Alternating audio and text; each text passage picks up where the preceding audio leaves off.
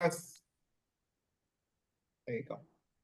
As always, if you have any questions or any hiccups, send me a text. I got my phone right here, and I'll try my best to text back as I'm presenting. That way, everyone can jump back on. The presentation today isn't very long, just because the juniors are kicking off some stuff that really is for the whole school year. Just because it takes a long time. There's no other really way around it.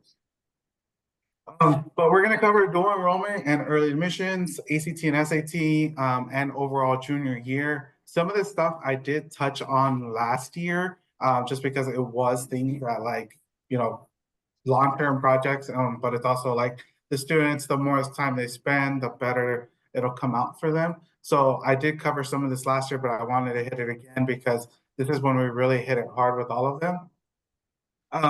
As always, I want to give a shout out to my team, especially the administrative team who do just a great job of advocating for us and leading us. Don, Bob, and Kelly, overseeing everything, and then Jim and Bev, who oversee all of junior core and after school. Bev is new to our team. If you haven't met her yet, she's a delight. She used to be the principal for VOE, and then Bob and Jim stole her from the district.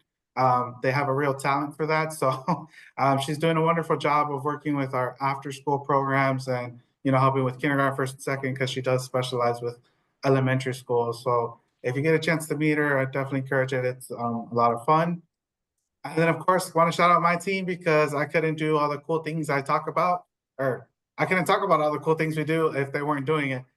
So Anita and Esmeralda, Esmeralda is taking the lead with our juniors. So she is the primary one working with your students. I will go in and assist, but on a day-to-day basis, it is Esmeralda, and she is doing a wonderful job. Your juniors, I gotta say, they've talked a lot as freshmen. They still talk a lot as juniors. They have a lot of high energy, but they're a really great class to work with. A lot of them have grown up. One of you has a mentee who's more than 6 feet tall and looks down at me every time he stands next to me. But each kid is great. Our middle school program has expanded to 6th, 7th, and 8th grade. So Islan is working just with our middle school students. Jorge and Abby are continuing to work with our college students. And then Amanda and Monica are at the after school sites on a daily basis. For all of us, if you ever have any questions, if you don't have their contact info and you want me to connect you, I'm more than happy to do so. But I think my team is awesome. So I think okay. So for this year, as juniors, there are a lot more students taking dual enrollment or early admissions courses. I definitely encourage you to ask your students, are you taking a class with FSW or FGCU? They might be taking it at the high school. They might be taking it on the campus. They might be taking it online. I encourage each of you to ask your student, what is your schedule? Can you send me a screenshot of your focus? Can you send me how your assignments are going? The more people that they have checking in on them, because these courses can be tough, the better it is for people to be checking in on them because, these are students who are typically always getting great grades. They don't have to study so much. They don't have to, try too hard. But these dual enrollment classes are definitely a wake-up call. If you ever find anything that's alarming and you want to share with us, by all means, you all have my cell phone and my email, and Esmeralda and I will go to the site and talk to the student. Esmeralda did talk to a few students whose schedules were a little loaded. So we did have those preemptive conversations with them before the school year started, just because we were worried about them. It is tough to take a dual enrollment class because it is a college course. If they're in early admissions, which I don't think any of the juniors are, I have to double check, but that means they're taking all college classes and no high school classes. That definitely takes another step level of maturity, but there are students of ours who can handle that and they do really well. So if your student is taking classes with FGCU, that is solely at FGCU. They're not taking any at the high school. They're not taking any classes here in Immokalee. They're typically all either at FGCU or online. If your student shares that they're taking classes with FSW, that means that they can be taking it while they're also taking high school classes, or they can be solely taking classes with FSW. Each college credit course is typically supposed to replace 2 high school courses. And Jim, Bob, correct me if I'm ever wrong, but this is just what I know. But when they're taking one college credit course, they typically get given a study hall or a blank period to go to the library at the school to really spend that time studying, doing homework, whatever it is that they need for the class. And these courses will meet their high school graduation requirements so that they can still fulfill both requirements. Last year, we had 2 students who graduated with their AA before they actually graduated from Immokalee High. Their graduation ceremony was like a week before Immokalee High, so it was kind of cool. And the parents went and they're extremely proud of them. It is possible, but I will say that it is a lot of college courses. It is a lot of work, a lot of studying. We don't push every student to do it because it is a large workload. Some students can't handle it, and that's okay. We want them to make sure that they're ready and not take on more than they can chew. We did have the conversation with those 3 students who we're a little concerned about. They feel like they can do it. We're going to give them that shot, but we are monitoring their grades every 2 weeks so that if we see that there's many missing assignments, if they did poorly on a test, we can jump in early. For a lot of the students at Immokalee High, the teachers tend to give a lot of leniency to say, you can turn in your assignments until the end of the quarter. And for a lot of these dual enrollment classes, the deadline is the deadline. There is no turning it in late, and it does happen. And you do get your mix in between. So sometimes they aren't facing that, but it can be tough, especially, for that first time when they're taking these courses. Oops, I put my between. Any questions on SAT? I'm sorry, on dual enrollment before I jump into SAT and ACT?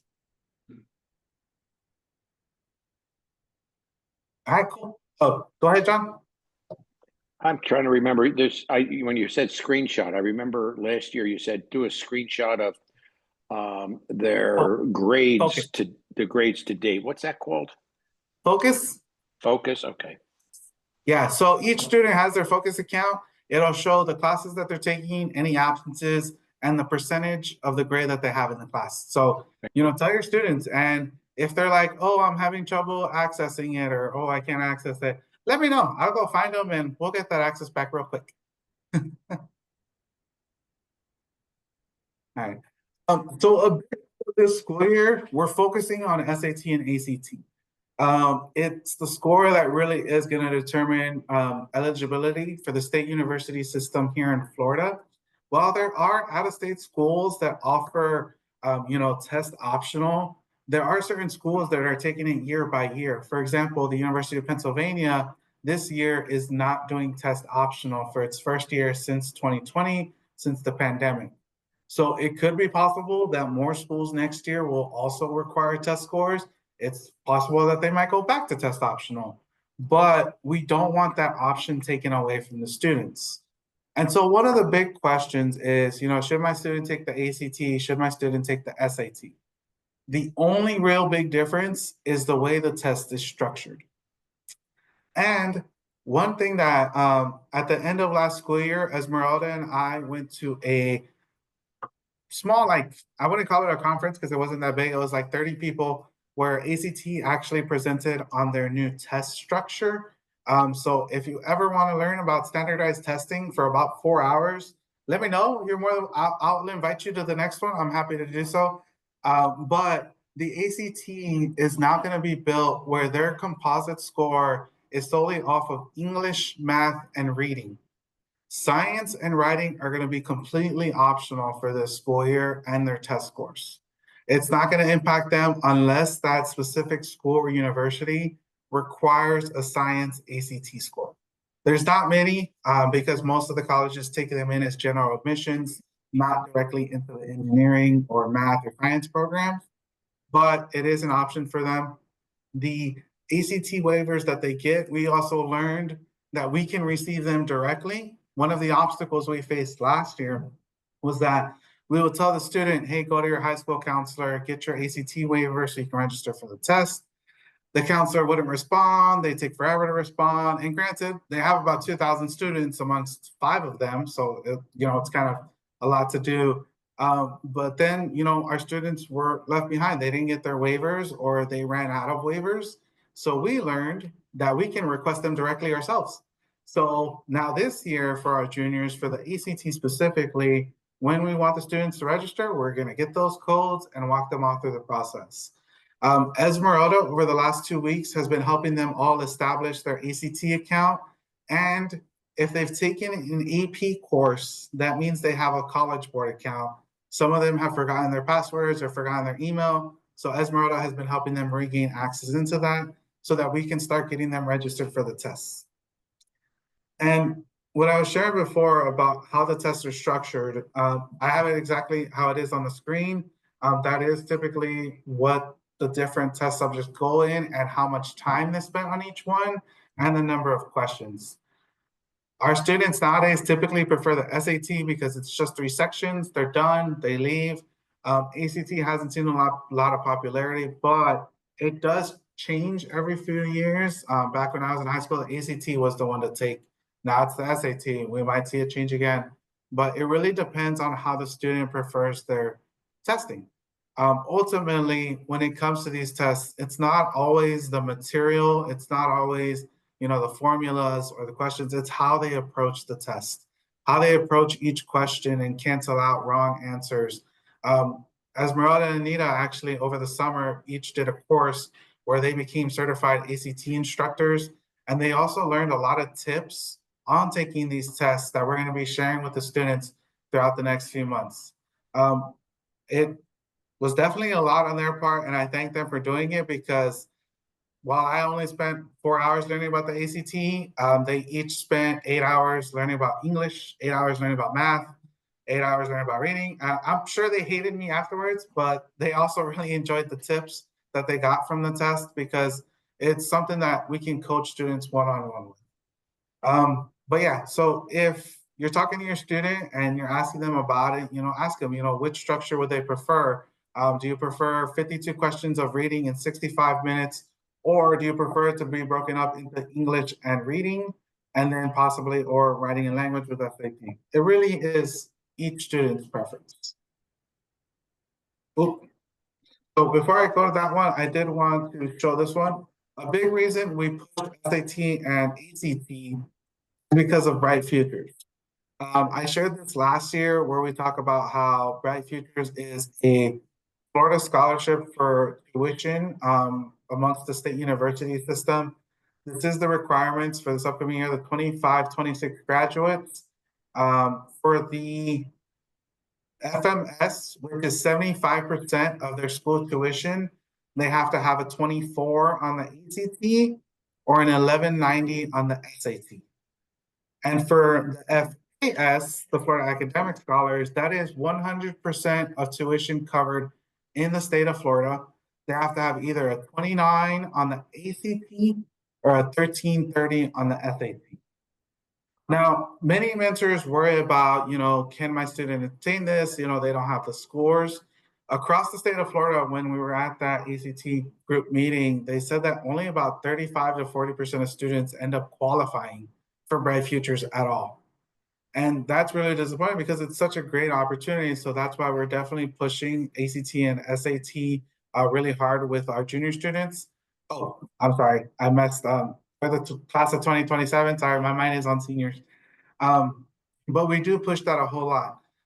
We're not too worried about high school course credits because these are all high school graduation requirements. So our students are going to take these classes regardless. Most of our students have a weighted GPA between 3 and 3.5. Because they work in our after school program, they will already have more than enough hours. As you know, they get 4,000 every year that they're in the program for working 280 hours. So there are some of our students who already have more than 700 hours by this point. Those don't concern me. It's always the test scores. So for our end, what we're doing is just like last year, they're spending time on Magoosh, but this time they have a lot more dedicated meeting time after school where Esmeralda will set up the lab in a classroom style. They'll get on the computer, we'll walk around, we'll answer questions, but they really are spending that time doing those practice tests, practice questions, asking questions.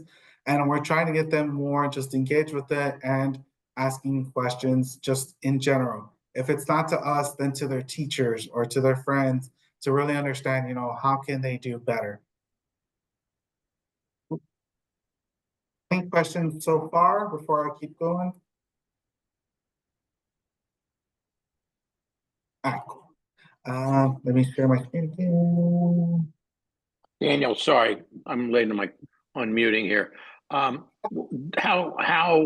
much does the PSAT, didn't they take that last year? Or did they take the SAT and ACT in their sophomore year? How much does that tell them what their, dare I say, potential is? So it's typically pretty accurate, but we do always take it with a grain of salt because there was one year where a student on the PSAT actually got a perfect score on her reading, and that's a 800 on the reading section. But then when she took the actual SAT, she only got a 450. So, maybe she was just having a really great day, or maybe she was just having a really bad day. Either way, we tell the students to always try their best. But typically, PSAT is somewhat close to their actual scores. Thank you. There are a few students over the summer. There was the Emerson Academy held in Naples. That is a dedicated SAT, ACT camp for students for 2 weeks.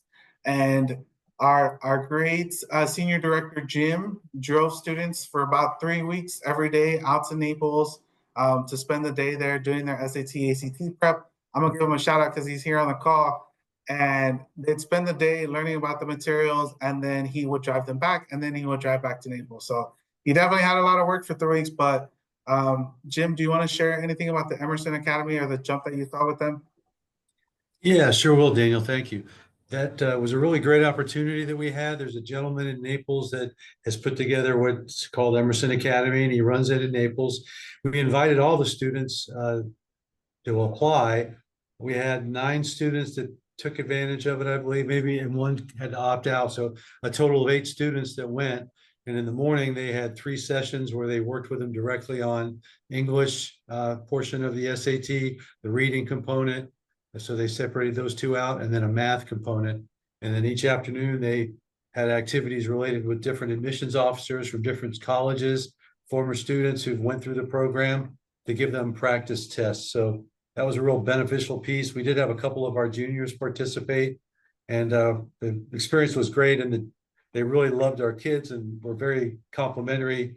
They just love the kids, and as you guys know that know our students, they're so just wonderful to work with. I think we're going to be able to expand that next year and offer it to more kids. So for your tutors that you work with, please encourage them for next year, because we're really looking forward to continuing that collaboration. Jim, and the juniors who did do that this past summer were Martin Garcia, Jaden Farrar, and Juliana Sanchez. I know they're meant to be on the call, so that way they can talk to them about that experience. But yeah, so like I shared, Esmeralda is helping each of them get into their accounts to register for the tests, use their codes. We'll have them each take one test at least once. This way they can experience for themselves, is this format for me? Do I like it? Is it right for me? And that way they can just spend the rest of the time dedicated to studying for that test, rather than thinking they're going to jump back and forth between the 2 of them. Ultimately, they do end up running out of waivers if they take the test multiple times, but that's why we try to have them focus on one rather than the other. The other big thing that sometimes it will take us kind of a long time is, this is all for work for when they're seniors. We will have them do this as juniors the spring of junior year. FAFSA is the free application for federal student aid. Each student has to do this for colleges and universities to even qualify for scholarships or grants by the universities. Some of the common issues that we run into can be the parents' taxes. Now, each of you know your students, and I know I tell mentors, not always to bring up, what the status is of the parents when it comes to citizenship stuff and things like that. Some of you might already know because the students do talk. But when it comes to filing taxes and everything, it may not be correct, or they might have made an error. So our process is to provide them with the right resources like VITA, who goes to Immokalee High School and provides free tax preparation to help the parents fix their taxes so that when they apply for FAFSA, everything is submitted automatically without a problem. It does take a long time, so that's why we start really, really early with it. This year's current seniors actually did the previous year's FAFSA back in March. This way, we know if they're running into issues submitting, if they're requiring identity verifications, if they need additional paperwork and information. We did that work last spring. This way, when the new FAFSA opens for the 26-27 school year on October 1st, our students can go just right in, fill it out, and submit it, and we know any issues that might come up ahead of time, and we'll already know what resources to use to connect them with the right place. So right now, what we're going to do with our juniors is start collecting this information. Now, it is going to take some time, but come spring, they'll complete that application just like last year's juniors and be able to know, like, once the school year comes up, it won't be a problem. The Daniel, FSA, go ahead, Gloria. just out of curiosity on this process, so for this year's seniors, you said that FAFSA opens up on October the 1st? Yes, for the 26-27 school year. Okay, so the parents can rely upon the prior year's tax return. Do they need to go in and then an update for the most recent tax return? So it'd be for the 24 tax return, I guess, would be what would be utilized. Or do they go in and sweep the information from the latest tax return? Typically, the FAFSA will use the 2 years prior. So for the 26-27, they'll use the taxes from 2024. For 2025, they would have used 2023. I see. Okay, Yeah. Thank you. Yeah, and so the FSA ID is a requirement to complete the FAFSA. This FSA ID is actually linked to someone's social security number. So each student has to make one, and they have to have at least one of their parents have one as well. If a parent doesn't have a social security number, then that's where we have to go through identity verification, provide documentation to make sure that, because the IRS will say, we need to know you are who you say you are, so you need to submit all these documents. And that FSA ID is linked to that social security number forever. So if your student has an older sibling, or say, someone in their family created an FSA ID for their parent, but now they no longer remember it, don't know the phone number that was associated with it or the email, we actually have to call. And typically, when the FAFSA first opens up, these phone calls we can be on hold for as little as 10 minutes. Longest one we had was probably about 3.5 hours. And so we don't like to call when it first opens. And that's why we did it with the students back in March, because that's when we can just call and someone typically answers within 5 minutes. We ran through all those issues. Everyone should be good. There might be a few who we're going through and fixing, but for this year's juniors, that's going to be their main goal in the spring. Once we have all their tax information, returns, W-2s, and everything. But when you talk to your student about FAFSA or FSA ID, remind them to keep it somewhere safe. Remind them that their younger siblings are going to need it once they're older. We have had some students whose older sibling made it in college with a fake email or a fake phone number that they got off of like Google, and now they don't know what to do. And there is ways to recover it. It just takes forever. So we try not to do that. But FAFSA is a big, important application, and it will come down its way. Oh, for junior year, you guys saw this for the sophomore year students last year, but for junior year, what we track with the students is their GPA, and now we'll also be tracking their dual enrollment GPA with FSW or HSCU. That will follow them into their college application season. If you're curious as to know what your students is, send me an email and I can send it over. I didn't want to put a table on a recording that's going to go on YouTube for everyone to see. So if you're curious in yours, I can email it to you discreetly. We track the scholarship funds that they've accrued. That we do it every year. Once our mentor dinner happens in November, Each student in front of their parent and mentor is gonna have that slip that has how much scholarships they've accrued so far. If your student has been in the program for 2 years, they should have 8,000. If they just started last year, it's gonna be 4,000. We try to push the students each year to always accumulate their full amount to volunteer in the summer if they didn't make their hours, but sometimes obstacles appears and we try to work with each student. We do have the top 3 majors and top 3 careers that your student has entered back from their career projects last year. If you don't know it or are curious to know, send me an email, I can send it over. We will also save their FSA IDs for them once they make them, because, you know, while students are, students remember where they keep things or where they store things, we will also have a copy just in case. And then this year, we're also keeping a much closer eye on the time that they spend on Magoosh on their test prep portal, because we want to make sure that each student is in there for at least 1 hour a week, hopefully 2, but we'll also have those dedicated meetings at the lab. Oh no, my Slack got erased. I'll resend that, but that was the Saturdays that are available here at the center. There is one a month for the entire school year. I'm not sure why my information deleted, but I will re-put that in and send it out in the recap. For our mentor tutor event, if you didn't get the newsletter that I sent out, I believe it was about a week, possibly 2 ago, let me know so that way I can resend it to you. It has all of our dates for the school year. We have our mentor tutor dinner here at Van Otterloo. Similar to last year, we'll invite the parents, yourselves, and your mentee, have some dinner, learn some information, and then, you know, really just enjoy the day together. Our cultural event is January 24th. Gulf Shore Playhouse has decided to sponsor our student tickets for that event. It is for a mousetrap. It is a story about, it's kind of like a murder mystery story is what I've been told by Gulf Shore. So they are sponsoring our student tickets and providing us food. All we request from mentors is to purchase their ticket, and then we'll provide transportation to the students to get the bus out to Gulf Shore Playhouse. Our mentor tutor picnic, I've been in conversations with Bill Dempsey.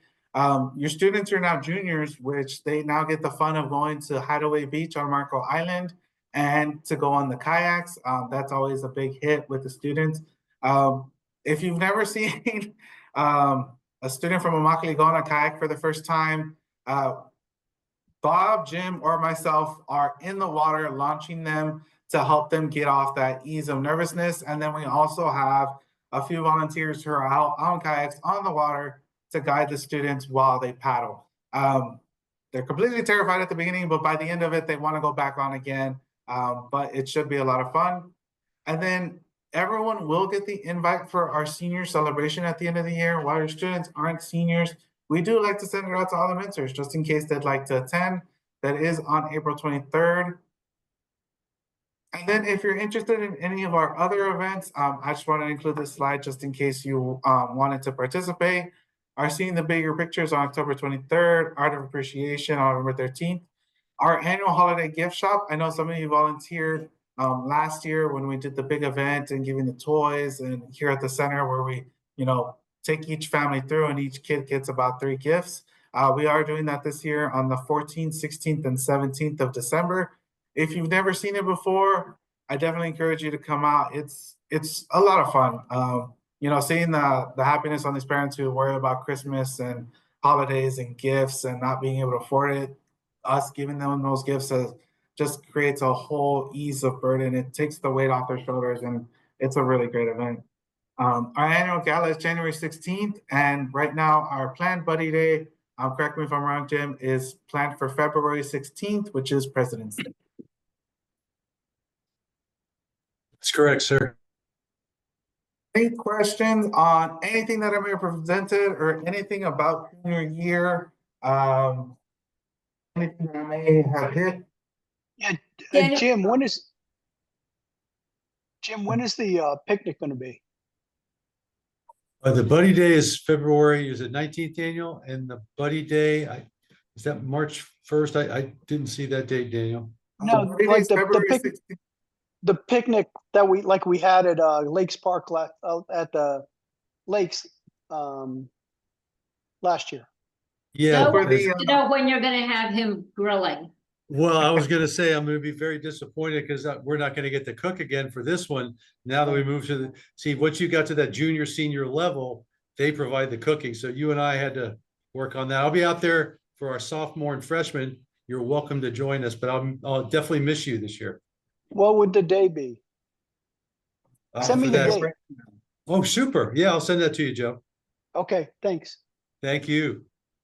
Daniel, I had a question about the Mhm. ACT and SAT. And I know you've done a lot of work with them and they take each one in their junior year. Mhm. Is that, what is the timing of that? Is that usually in the springtime or are they taking it this fall or? so we're aiming to have them take one this fall and then one this spring.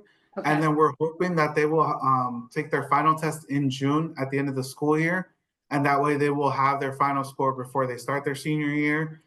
If they need to take it again their senior year, they'll have to take it that fall. Each school or university that they're going to apply to is going to require their test scores here in the state of Florida. So they're going to have to send all of them out.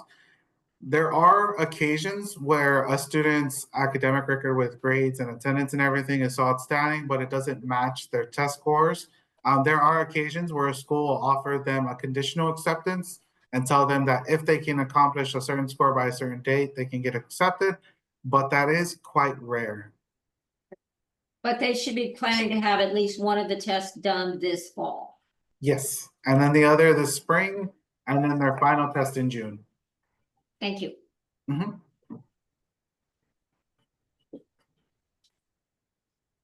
Is the tracking of the Magoosh on that focus?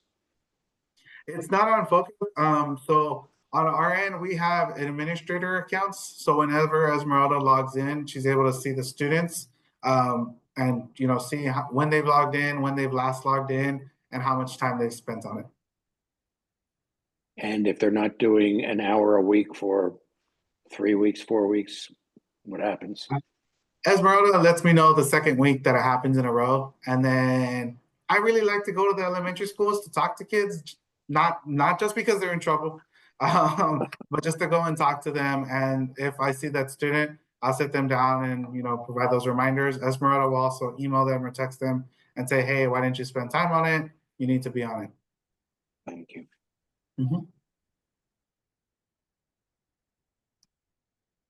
One thing that I didn't dive deep into because I am saving it for my next presentation, all the juniors in the summer are going to get to attend a pre-college summer program. I'm going to hit that a lot more during our next presentation, but it's where they'll get to go to a campus or university for a week or two and really live on campus and see what it's like and see if they can handle being away from home. Many of our students who say they want to go far away learn that they don't want to go far away. They want to live close to home, close to their parents. And the ones who stay there, you want to stay close, are like, I can handle being far away. Send me wherever you want. So they'll get to experience that. And then during spring break in March, we will take the students across the state of Florida to visit universities.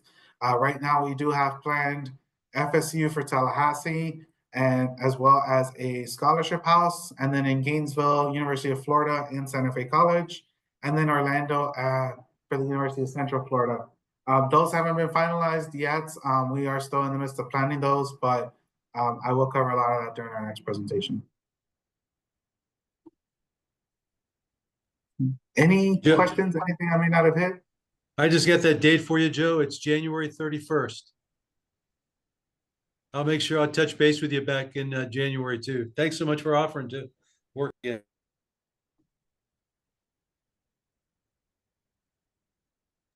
I'll put it on my calendar for that date. Thank If you. anyone else likes to grill. All right, awesome. So the students just got dismissed from Immokalee High, so they're headed to Esmeralda. If you let me know that you needed a breakout room, I will initiate that right now, but please give them about 10 minutes to jump on. They'll report to the lab. If you and your mentee prefer FaceTime, we had some issues last week with the senior mentor Zoom. So a lot of the mentors decided to just call their mentee on FaceTime. If you'd like to do that, that is an option. you're welcome to do so. But I will initiate the breakout rooms and I will stop the recording.